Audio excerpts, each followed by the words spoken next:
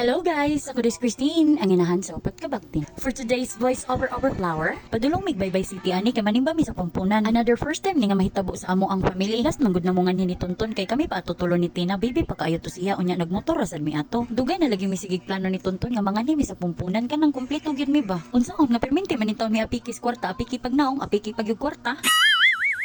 Bitaw nang hunong sa miani kay gipangguslat na mong mga anak sayo manggod kaayo mi nagikan. Diya mi sa diversion sa baybay nakisabay sa ng panahon ba kay wala gyud siya ni init wala sa siya ni uwan. Mora din na mo mga baw unsa ray naa sa balay aw mora siya mo gipangluto para makatipid ba. Bitaw no nindot ayo sa feeling no kana makabanding tagingon ani sa tong mga anak ba. Nya makita gyud nimo ba nga na appreciate gyud nila ni nga moment kay sa tinuod lang tagsara manggod kaayo mi magkalaag pamilya. Kay kung adunahan lang lagi ta sus bisa ba kada oras ta perminti maglaag oy. Pasensya na mga anak kay mga anak intaw mo sa pobre.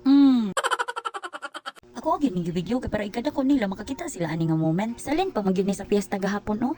Murag na siguro may balak maninda og sari-sari store sa baybay oy. Mas daghan pa man ang chichirya kaysa sa sudan. Asa mo hustisya ani?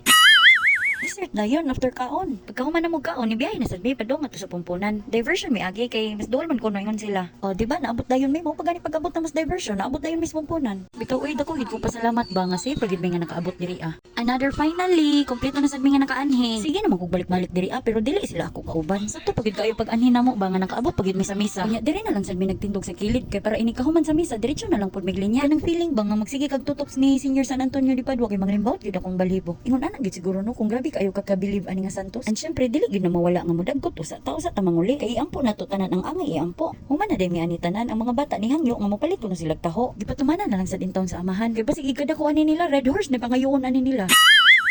Ayaw in town kay daghan na ta. In town ang among gituli na ni guro in tawag lakaw. May gani nga disugod gyud na siya ba nga magpajama lang kay dili ra ba gyud na siya muuban kay dili gyud siya gusto nga mag-short. Gusto niya nga mag-jersey lang gyud siya. Mahadlo ko na siya kay basin kuno masabod ang iyang tuli. Una ako agi siyang gipugos nga bisag pajama lang kay luag kaayo. Tuod ni hapit day min dirig metro kay namarag man intaw namong dalaga nga mag-milk tea kuno siya. Unya sakto sad kay naa sad mi gipalit. Kuyo na kayo mga craving sa mga dalaga karon no milk tea lang kami sa una magmikmik lang in town mi. Ako arang gidalan si Tino sa gawas kay dili man gyud siya musud kay hinay kuno kayo siya mulakaw. Dili maglaag no, kapoy kaayo.